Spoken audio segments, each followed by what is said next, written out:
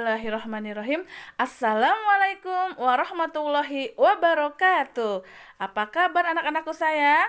Insya Allah semuanya tetap sehat dan semangat belajarnya ya pinter. Nah, sekarang kita akan belajar bahasa Arab kembali bersama Ibu Teni.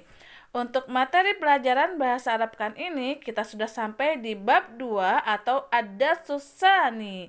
Materi yang akan kita pelajari adalah tentang al-adawatul madrasiyah atau peralatan sekolah. Namun, sebelum kita melanjutkan ke materi tentang peralatan sekolah, Ibu akan membahas sedikit tentang pembagian mufrodat atau kosakata dalam bahasa Arab ya sayang. Nih, mufrodat atau kosakata terbagi ke dalam dua bentuk, yaitu yang pertama mufrodat yang berbentuk muzakkar atau laki-laki. Ciri-cirinya adalah huruf yang terakhirnya tidak diakhiri oleh ta marbutah ya. Nih, contohnya adalah ini, kitabun. Kitabun ujungnya diakhiri dengan huruf ba, bukan ta marbutah ya. Nih, kemudian kolamun. Kolamun ujungnya diakhiri dengan huruf mim, bukan huruf ta marbutah ya. Nih, kemudian contoh berikutnya. Kirtosun. Kirtosun sama ujungnya diakhiri dengan huruf sin ya, bukan ta marbutah. Jadi, kitabun, kolamun, kirtosun itu termasuk ke dalam salah satu contoh mufrodat yang berbentuk muzakkar atau laki-laki karena ujungnya tidak diakhiri oleh ta marbutah ya. Nih. Dan yang kedua yaitu mufrodat yang berbentuk muannas atau perempuan. Ciri-cirinya adalah huruf terakhirnya diakhiri oleh ta marbutah. Contohnya ini, kurrasatun. Kurrasatun ujungnya diakhiri oleh ta marbutah seperti ini ya.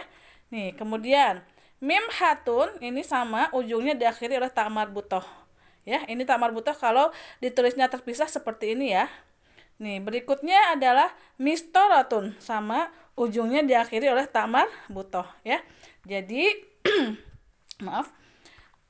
Kurrasatun, mimhatun dan mistoratun termasuk ke dalam salah satu contoh mufrodat yang berbentuk muannas karena diakhiri oleh ta marbutah.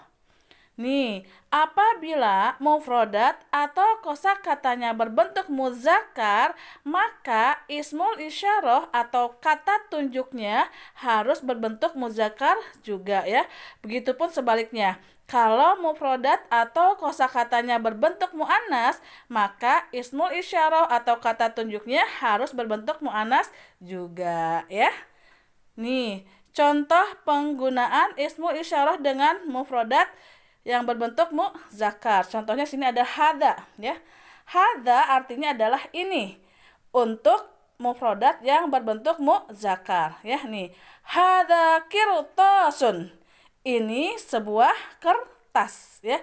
Jadi karena kertas berbentuk muzakkar, maka kata tunjuknya menggunakan kata hadza yang artinya adalah ini ya. Nih. Contoh berikutnya masih yang berbentuk muzakkar. Hadza qalamun ya. Nih, karena qalamun berbentuk muzakkar, maka kata tunjuknya juga harus yang berbentuk muzakkar, yaitu menggunakan hadza yang artinya adalah ini. Hadza qalamun, ini sebuah pulpen ya. Nih. Dan ini adalah contoh penggunaan ismul isyarah dengan mufrodat yang berbentuk muannas ya, yang ini ya. Nih, kalau mufrodat yang berbentuk muannas, maka kata tunjuk yang digunakan adalah hadhihi. Ya, contohnya hadhihi kurrasatun. Artinya ini sebuah buku tulis ya. Ini berikutnya hadhihi haqibatun. Ini sebuah tas ya. Jadi kalau untuk muannas maka kata tunjuknya menggunakan kata hadhihi yang artinya adalah ini. Insya Allah bisa dipahami ya. Nih, sekarang kita akan menerjemahkan mufrodat atau kosakata yang ada di buku paket Ananda ya. Nih, kalau Ananda belum tahu artinya boleh ditulis di bawah tulisan Arabnya ya. Siap. Kitabun, buku. Qalamun, pulpen. Qirtasun, kertas. Kolamurosos, pensil. Miklamatun, tempat pensil atau kotak pensil, sama saja ya. Kibatun, tas.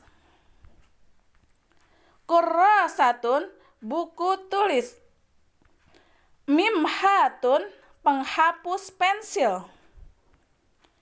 Mistoratun, penggaris. Nah, itu tadi adalah kosakata yang ada di buku paket Ananda ya. Untuk latihan di rumah, tolong Ananda kerjakan latihan soal yang ada di buku paket halaman 30 sampai dengan halaman 32. Cukup dikerjakan sebagai latihan soal di rumah saja ya sayang, tidak usah dikirimkan ke ibu. Oke pintar, untuk materi pelajaran bahasa Arab pekan ini Ibu cukupkan sampai di sini. Semoga Anda semua sehat selalu dan tetap semangat belajarnya. Wassalamualaikum warahmatullahi wabarakatuh.